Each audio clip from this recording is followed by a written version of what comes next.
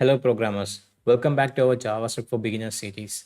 In this episode, we will dive deeper into DOM manipulation, including working with elements and handling events. So, let's get started. So, as always, I will create a new file or HTML file and then I will run it through live server. So, let's say DOM manipulation, then check if it's working everything.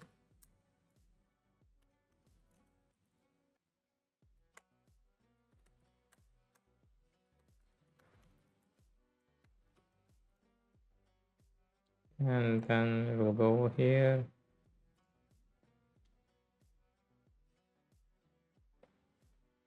Okay, now it's working.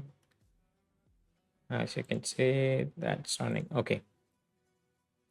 So basically, we go to know what a DOM is, like for others who are joining for the first time. So this is the whole DOM itself. Like so, these are the elements that's present in the complete website page. So when you load, so in the first entry itself, you can see the whole whatever you are seeing. It's actually accessible via the DOM. So DOM is nothing, it's called document object model. So that particular document is in an object model so that you can access and then manipulate that value as you want. So basically it's a programming interface for web documents. It represents the structure of a document and allows a programming language like let's say JavaScript to manipulate the document's content and structure. So let's start with creating and adding an element. So in this case, what we will do is we will create a new element and that element is going to be a paragraph element. So usually what we do is we use the syntax document.create element and then use the p. So in normal cases what we do is like we do the p angle bracket open or angle bracket open and close and then like slash p. This is a normal syntax, right? So when you do that, what happens is you get this particular one.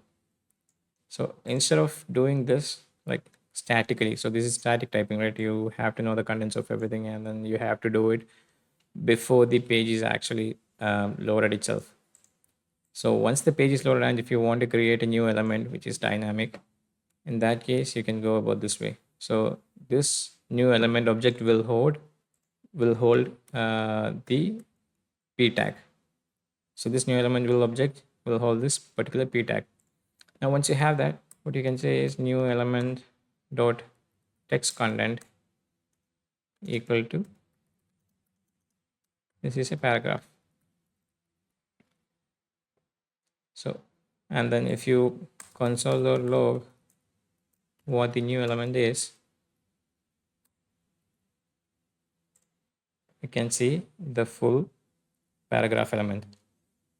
Now all that's left is you basically get the document dot get element by id, and then before that we will give an id to the body element saying that okay, this is my body, and we will append this particular the one we have created. So append child and the new element, right? So this is actually coming up over there, right? Okay, now we have the paragraph element setup. So we have set up the text content of that particular paragraph element to a sample test, and then we have appended it to the document itself. Now this is more dynamic way. Now let's talk about reading and updating elements. Let's say you have a element called demo and then hello world, right? So instead of giving an id of demo, I will give a class of demo. All right. So how can we access this particular element, which we can use again document, which is the default object we have inside the browser itself. Then we can go ahead and use query selector and then use, since it's a class, you can access the class elements with dot. If it's an id element, you can access it with hash. So one example would be like if you want to access the get the body element, which is using the id, then normally we can use this one, get element by ID. Otherwise also we can use hash body with query selector. So I will say const body L, and then once you console log, you can actually see the body element. See, we can see the body element. All right. And now if you do same thing, if you want to access the demo, basically the class element, then you can type dot demo, and then we will say paragraph L. And once you save, you can see the paragraph element. All right. So now that you have accessed it, how can we change the value of it? From the above example itself, you can just update the text content, right? So we go to paragraph L dot text content equal to, this is the updated text. So what happens is, in the beginning, the value of the paragraph element is hello world, and then once the program has actually run, it's gonna be updated to paragraph L text dot content. So this will be updated. This is the updated text. We can emulate this on, let's say, a click event. You have a button, and then once you click on the button, you have to change the content. Then we can use this particular scenario as well, right? So now, how can we delete a particular element? That also we need to know, right, in the scenario. So for that also same thing, we will select the const hello dom with a class, saying that, okay, this is the class name, and then heading L, same thing, document dot query selector, then use dot hello. For confirmation, we will do check heading L. Yeah, it's the same element. Okay. And then we will see, to remove that particular element, we can just use heading element dot remove. That's it. So it's removed, right? So this is how you delete an element and using dynamic ways in JavaScript. And the next section would be, how can we handle the events? So what events means, that events are actions or occurrences that can happen in the browser that you can respond to with JavaScript, right? So let's say you have a button, and then you want to understand if the button is clicked or not.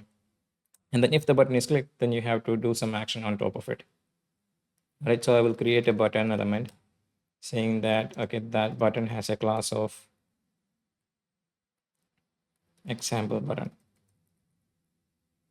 Okay. And then I will say remove me or remove paragraph. Now you have a button. So how do you like give a even listener to it? For that, you just need to create same thing. You have to access that particular button again. So we'll say button L equal to document dot query selector, and then we will use the same thing. The class is example ptn. Now check if that particular button is actually accessed. So yeah, it's accessed. Now what we can do is, once the page has been loaded, we can listen to the click event using add even listener keyword, and then say that, okay, if that particular button has been clicked, then I want you to execute this particular function. So function, inside that function, I'll say, okay, console.log, yes, I have been clicked, right? So if you click the button, yeah, I have been clicked. So it's triggering. Now we can remove that particular paragraph element, right? So this is the paragraph I already had. I mean, this is the heading I already had. So I will put it over here. So initially I have the DOM and everything already present over there. And instead of remove paragraph, I should have said remove heading. All right. So I will say that remove heading. So if I click on remove heading, that's it, it's gone. So this is one of the most simplest event listener you have. There are so many other event listeners like double click, mouse over, the mouse has been moved from away from the button itself, and then there are so many events like that. So you can get all these events if you go to MDN and then search for event listener, JavaScript, and then you can find what are the events you have in here. So basically you have, there are so many options over here. You search for click, yeah, so even listener that will listen for click, and then there are so many examples on top of it. So we will go through in the later episodes, we will go through some other event listeners as well. For now, if you want to refer to it, then this is one of the easiest way you can get through it. So these are the Mozilla web docs, I mean Mozilla like web docs for JavaScript. So this might be helpful in your JavaScript coding journey. So that's it. That's our deep dive into DOM manipulation. In the next episode, we will explore Ajax and Fetch API. If you have any questions, leave them in the comments. Remember to like, share, and subscribe to keep up with the series. Keep practicing. I will see you in the next episode.